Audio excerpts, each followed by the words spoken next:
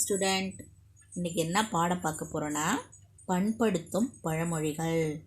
பழமொழினா உங்களுக்கு எல்லாம் நல்லா தெரிஞ்சிருக்கும். வீட்டில் தாத்தா பாட்டிலாம் சொல்லிகிட்டு இருப்பாங்க. சும்மா சொல்கிறாங்கலாம் அது கிடையாது. பழமொழினா அதுக்கு அர்த்தம் உண்டு. என்னன்னு நல்ல நல்ல அர்த்தங்கள்லாம் இருக்குது. அதுதான் பழமொழிகள். இப்போ என்ன, நம்ம பாடத்துக்குள்ளே போவோம். அமுதவனை என்ன செய்கிறான்னா, தன்னோட தாத்தாவோட வார சந்தைக்கு போகிறான். வார சந்தைன்னா தெரியுமா? வாரத்தில் ஒரு நாள் நடக்கிறது தான் வாரச்சந்தை. சந்தைன்னா என்னன்னு தெரியுமா? எல்லா வித பொருட்களும் இங்கே இருக்கும். காய்கறி, மளிகை ஜாமான் எல்லாமே இருக்கும். அதுதான் சந்தை. ஒவ்வொரு ஊர்லேயும் ஒவ்வொரு கிழமையிலும் நடக்கும். ஒரு திங்கக்கிழமை, செவ்வாய்க்கிழமை, புதன்கிழமை, வெள்ளிக்கிழமை, அது மாதிரி ஒவ்வொரு வாரத்திலும், அதை வாரத்தில் ஒரு நாள் தான் நடக்கும். அதனால தான் வாரச்சந்தைன்னு பேர். போயிட்டுருக்காங்க தாத்தாவும் அமுதவனனும் தாத்தாவும் போயிட்டே இருக்கும்போதே வழியில் என்ன பண்ணுது, நாயெல்லாம் அப்படியே குறைச்சிக்கிட்டு சண்டை போட்டுட்ருக்கு. உடனே நம்மளாம் என்ன செய்வோம்? குட்டி பசங்களாம் நீங்களாம் என்ன செய்வீங்க? நாய் ஒன்று குறைச்சிக்கிட்டு சண்டை பிடிச்சின்னு என்ன செய்வீங்க? உடனே கல் எடுத்து அடிப்பீங்களா? நீங்கள் நிறைய பேர் செஞ்சுருப்பீங்க, எனக்கு தெரியும், கேளுங்க.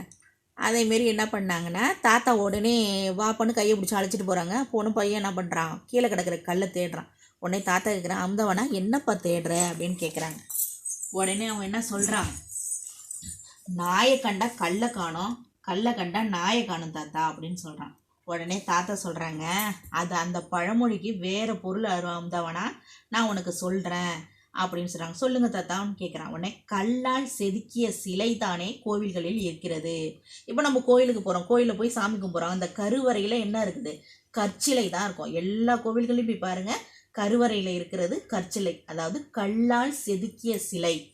அதுதான் அங்கே இருக்கும். அதை தான் நம்ம கடவுளாக நினச்சி கும்பிடுறோம். அது என்ன சொல்கிறாங்க? கல்லால் செதுக்கிய சிலை தானே கோவிலில் இருக்கிறது. அந்த சிலைகளை கல்லால் பார்த்தால் இறைவன் என்ற நாயகன் தெரிய மாட்டார். சிலையை நாயகனாக பார்த்தால் கல் தெரியாது. இதுதான் அந்த பழமொழிக்கு பொருள். என்ன அர்த்தம்னா சொல்கிறாங்க, இப்போ கோவிலில் போய் இந்த கற்சிலையை நம்ம கல்லாக பார்த்தோம்னா நமக்கு கடவுள் தெரிய மாட்டார். கடவுள்னு யார்? அந்த நாயகன்ங்கிறது தான் நம்மளோட இறைவன். அவரை நம்ம கல்லாக பார்த்தோம்னா இறைவன் தெரிய மாட்டார். இறைவனாக நம்ம அது கும்பிட்டோம், சாமியை நம்ம போய் எல்லாம் வேண்டிக்கிறோமா? ஒவ்வொரு பரீட்சையில் போய் என்ன செய்வீங்க? சாமியை நமக்கு நிறைய மார்க் வாங்கணும், நம்ம படித்த கொஷின் வரும் அப்படின்னு சாமிகிட்ட போய் வேண்டுவீங்களே. அப்போது நீங்கள் கல்லாக நினச்சா வேண்டுவீங்க. அது இறைவனாக நினச்சி தான் சாமியாக நினச்சி. நீங்கள் எந்த சாமியோ, பிள்ளையாரோ, சிவபெருமானோ, முருகனோ, எந்த சமயம் உங்களுக்கு இஷ்ட தெய்வத்தை வேண்டும் போது அது நம்ம இறைவனாக தான் பார்க்குறோம். அப்போ அந்த இடத்துல நமக்கு அது கல்லாக நமக்கு தெரியாது. அதுதான் அதுக்கு அர்த்தம் அப்படின்னு தாத்தா சொல்லுவாங்க. இப்போ என்ன சொன்னேன்? நாயை கண்டால் கல்லை காணும், கல்லை கண்டால் நாயை காணும். அதுக்கு என்ன அர்த்தம்? நம்ம சுவாமியை நாயகன், நாயை அப்படின்னு நீங்கள் சொல்கிறாங்கல்ல, அதுதான் இங்கே நான் அது பிரித்து பாருங்கள் என்னன்னுட்டு. நம்ம கற்சிலையை நம்ம கல்லாக பார்த்தா நமக்கு கல் தான் தெரியும். அதை நம்ம இறைவனாக பார்க்கும்போது அது நமக்கு இறைவனாக அந்த கல்லை தெரியாது, இறைவன் சாமி தான் தெரியும். அதுதான் அதுக்கு அர்த்தம். இப்போ அடுத்தது உடனே என்ன பண்ணுறான்? அமுதவனை தாத்தா வளைச்சிக்கிட்டு போயிட்டே இருக்கிறான். குறைக்கின்ற நாய் கடிக்காது அப்படின்னு சொல்கிறாங்களே தாத்தா, என்னன்னு கேட்குறான். என்னது குறைக்கின்ற நாய் கடிக்காது அப்படின்னு தாத்தா சொல்கிறாங்க. அது அப்படி இல்லைப்பா, குழைகின்ற நாய் கடிக்காது. இப்போ நம்ம வீட்டில் நாய் வளர்க்குறோம். நம்ம வீட்டில் வளர்க்குற நாய் என்ன செய்யும்? அங்கேருந்து நம்ம எங்கேயாச்சும் வெளியில் போயிருந்தால் என்ன செய்யும்? ஒரு மாதிரி சவுண்டு கொடுத்துக்கிட்டே நம்ம மேலே மேலே ஏறுவோம், நம்ம சுற்றி சுற்றி வரும். அது என்னது? அது என்ன சொல்லுவோம்? அப்படியே குழையாது அப்படின்னு சொல்கிறோம் இல்லையா? அதான் குழைகின்ற நாய் கடிக்காது. நம்மளோட பழகிய நாய் என்ன செய்யும்? வாழை ஆட்டிக்கிட்டே நம்ம கூட தான் நிற்கும். அது நம்மளை கடிக்காது. அதுக்கு தான் அது அர்த்தம். குறைக்கின்ற நாய் கிடையாது, அது குழைகின்ற நாய் அப்படின்னு தாத்தா சொல்கிறாங்க. அப்புறம் என்ன பண்ணிட்டாங்க? ரெண்டு பேரும் போயிட்டே இருக்காங்க. போயிட்டே இருக்கும்போது என்ன பண்ணுது, அந்த கிட்ட சந்தை கிட்ட போகிறாங்க. அப்போ பார்த்தா ஒரு யானை வருது. யானை என்ன செய்யுது? பசங்களுக்கெல்லாம் ஆசீர்வாதம் வாங்கிட்டு இருக்கு. அதை பார்த்தோன்னா சொல்கிறான், தாத்தா நம்மளும் போய் யானைகிட்ட ஆசீர்வாதம் வாங்கிப்போம் தாத்தா அப்படின்னு சொல்கிறான். சரி வாப்பான்னு தாத்தா என்ன பண்ணுறாங்க, உடனே யானைகிட்ட போய் 10 ரூபா காசு கொடுத்து யானைகிட்ட காசு 10 ரூபா கொடுக்குறாங்க. அது ஆசீர்வாதம் பண்ணுது. உடனே என்ன சொல்கிறான், தாத்தா அம்மாவை சொன்னாங்களே, யானைக்கு ஒரு காலம் வந்தால் பூனைக்கு ஒரு காலம் வரும்னு, அதுக்கு என்ன தாத்தா அர்த்தம் அப்படின்னு கேட்டாங்க. இன்னைக்கு காலையில் அம்மா தான் அப்பாட்ட சொன்னாங்க, யானைக்கு ஒரு காலம் வந்தால் பூனைக்கு ஒரு காலம் வரும்னு சொன்னாங்கல்ல, அதுக்கு என்ன தாத்தா பொருள் அப்படின்னு சொன்னாங்க. அது யானை கிடையாது, ஆணை. அதை பிரித்து எழுதினோம்னா ஆ ப்ளஸ் நெய், அதுதான் ஆணை. ஆணைன்னா என்ன பிரித்து எழுதுகிறாங்க? ஆ ப்ளஸ் நெய், ஆணை. பூனைங்கிறது வந்து பூனை கிடையாது, அது பூனை. அது பிரித்து எழுதினா என்ன கிடைக்கும்? பூ ப்ளஸ் நெய். அதாவது பூவில் ஊறுகிறது என்னது? தேன் வந்து அதுதான் தேன். இப்போ என்ன பூலேருந்தே வண்டெல்லாம் போய் என்ன செய்யும்? பூலாம் போய் பூக்கிட்ட போய் ஒவ்வொரு வண்டு என்ன செய்யும்? அது மேலே இருக்கிறத ஒரு வாரம் ரீங்கார சத்தத்தோட கூடி தான் என்ன செய்யும்? அந்த தேனை உறிஞ்சி எடுத்துகிட்டு வந்து தேனில் கட்டும். அதுக்கு தான் சொல்கிறாங்க. இப்போ என்ன ஆணைன்னா என்ன சொன்னேன்? பசுவிட்டேருந்து எடுக்கிற நெய் தான் ஆணை. பூனைன்னா என்னென்னா பூவிலேருந்து எடுக்கக்கூட தேனு தான் பூனை. அது எதுக்காக அப்படி சொல்கிறாங்கன்னா, நம்ம இளமை காலத்தில் இருக்கும்போது என்ன செய்வாங்க, நம்ம அம்மாலாம் என்ன செய்வாங்க, உங்களுக்கு சின்ன பிள்ளையில நெய் ஊற்றி தோசை ஊற்றி கொடுப்பாங்க, பருப்பு சாதத்தில் நெய் ஊற்றி கொடுப்பாங்க.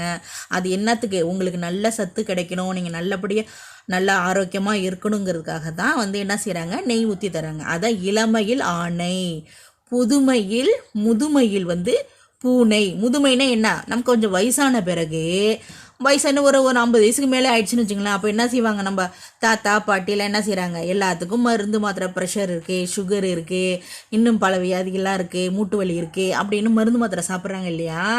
அது வந்து என்ன கசக்குதுன்னு சொல்லிட்டு என்ன பண்ணுறாங்க, தேனோடு கலந்து சாப்பிட்றாங்க. அதுக்கு தான் இளமையில் ஆணை, முதுமையில் பூனை. இதை தான் ஆணைக்கு ஒரு காலம் வந்தால் பூனைக்கு ஒரு காலம் வரும். நம்ம இளமையில் வந்து என்ன செய்கிறோம், நெய்யாக சாப்பிட்றோம். முதுமை அடைஞ்ச பிறகு என்ன பண்ணுறோம், மருந்து மாத்திரை சாப்பிடும்போது இதை எடுத்துக்கிறோம். அதுக்கு தான் இப்போ அது காலம் மாறி போய் யானைக்கு ஒரு காலம் வந்தால் பூனைக்கு ஒரு காலம்னு வருதுன்னு தாத்தா சொல்கிறாங்க. சரின்னா அப்புறம் என்ன பண்ணுறாங்க, 2 பேரும் பேசிக்கிட்டே வீட்டுக்கு போகிறாங்க. வீட்டுக்கு சந்தையில் போய் எல்லா ஜாமானும் வாங்குறாங்க, காய்கறி, வீட்டுக்கு தேவையான எல்லா ஜாமானும் வாங்கிட்டு வராங்க. அப்போ அவன் சொல்கிறான், தாத்தா எனக்கு வந்து நீங்கள் பந்தும் மட்டையும் வேணும். என்னது பந்தும் மட்டைன்னு? நான் கிரிக்கெட் விளையாடுறீங்கள, பேட்டும் பாலும் அதுதான் வேணும்னு அவன் கேட்குறான். எனக்கு வாங்கி கொடுங்க, பாப்பாவுக்கு பலூன் வாங்கி கொடுங்க அப்படின்னு சொல்கிறான். சரின்னு தாத்தாவும் வாங்கி கொடுக்குறாங்க. வாங்கிட்டு எனக்கு சேர்த்து பலூன் வாங்கி கொடுங்க தாத்தா அப்படின்னு கேட்குறான். இவன் ஏற்கனவே என்ன செஞ்சுட்டான், பேட்டும் பாலும் வாங்கிட்டான். பாப்பாவுக்கு என்ன செய்கிறாங்க, பலூன் வாங்கி கொடுக்குறாங்க. அதுலேயும் வேணும்னு கேட்குறான். உடனே தாத்தா என்ன சொல்கிறாங்க, ஆற்றுல போட்டாலும் அளந்து போடணும் அப்படின்னு சொல்கிறாங்க. உடனே தாத்தா சொன்னோன்னே என்ன சொல்கிறாங்க, ஆற்றுல போட்டாலும் அளந்து போடணும். உடனே தான் என்ன பண்ணுறாதான் தம்பி அமுதவனை என்ன செய்கிறான், ஆற்றுல போட்டாலும் அளந்து போடணும் அப்படின்னா என்ன தாத்தா சொல்லுங்க அப்படின்னு கேட்குறான். அப்போ என்ன சொல்கிறாங்கன்னா, ஆற்றுல போட்டாலும் அளந்து போடணும் இப்போ தான் சொல்கிறோம் அது. ஆனால் அது கிடையாது, தவறு. அகத்தில் போட்டாலும் அறிந்து போடணும் என்பதுதான் சரி. அகம்னா என்ன, நம்ம மனது உள்ளுக்குள்ளே இருக்கிறது எல்லாம் வந்து நம்ம அகம்னு சொல்லுவோம். வெளிப்புற தோற்றத்தை தான் நம்ம புறம்னு சொல்லுவோம். அகம்னா என்ன, புறம்னா என்ன சொல்லுங்க பார்ப்போம். அகம்னா உள்புறம், புறம்னா வெளிப்புறம்.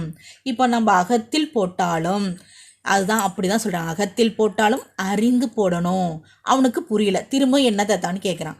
அப்போ என்ன சொல்கிறாங்கன்னா, அதாவது நீங்கள் ஒரு பாடத்தை படிக்கிறீங்க, அர்த்தமே தெரியாமல் கடன்னு படிச்சிங்கன்னா அது மண்டையில் ஏறுமா, உங்களுக்கு மனசில் பதியுமா? பதியாது. அப்போ என்ன செய்யணும்னா, எதையும் நம்ம புரியாமல் நம்ம மனசில் ஏற்றக்கூடாது. அப்போ என்ன செய்யணும், அது கூட அர்த்தம் புரிஞ்சு அதை நம்ம மனதில் வந்து பதிய வச்சாதான் நமக்கு வந்து நம்ம படிக்கும்போது தெள்ள தெளிவாக நமக்கு நினைவில் இருக்கும். அதாவது நல்லா நமக்கு பாடத்தை இப்போ நடத்திட்டு போகிறாங்க, ஒரு சாப்டர் முடிச்சுட்டு உங்களுக்கு கொஷின் ஆன்சர்லாம் கொடுக்குறாங்க. அப்போ என்ன பண்ணோம், நம்ம நடத்தும் போதே அதை நல்லா கவனித்து இப்போ இதுக்கு இதை தான் அர்த்தம்னு நம்ம நினைவில் வச்சுக்கிட்டு நம்ம மூளையில் நம்ம நல்லா ஸ்டோர் பண்ணி வச்சுக்கிட்டாதான் நமக்கு என்ன பண்ணோம், அந்த கரெக்டாக கேட்டோன்னா டக்குன்னு அதுக்கு அர்த்தம் புரிஞ்சிருக்கு. அதனால தான் நம்மளால் சொல்ல முடியும். அதைத்தான் சொல்கிறாங்க, என்னது எதையும் புரிஞ்சுக்கிட்டு நம்ம மனநம் செய்தாதான் அது நம்ம நினைவில் இருக்கும் அப்படி தான் சொல்கிறாங்க. அதுதான் இது கரெக்டு. ஆற்றுல போட்டாலும் அளந்து போடணும் கிடையாது. அதுக்கு என்ன அர்த்தம் சொல்கிறாங்க, அகத்தில் போட்டாலும் அறிந்து போடணும் அப்படின்னு சொல்லிட்டு தாத்தா சொல்கிறாங்க. உடனே அவனுக்கு புரிஞ்சுட்டு 2 பேரும் சந்தோஷமாக என்ன பண்ணுறாங்க, வீட்டுக்கு போகிறாங்க. இப்போ உங்களுக்கு எல்லாம் புரிஞ்சுதா, பழமொழி என்னென்ன பழமொழி சொன்னேன்னுட்டு? அடுத்ததில் நம்ம கொஷின் ஆன்சர்லாம் பார்ப்போம். நன்றி, வணக்கம்.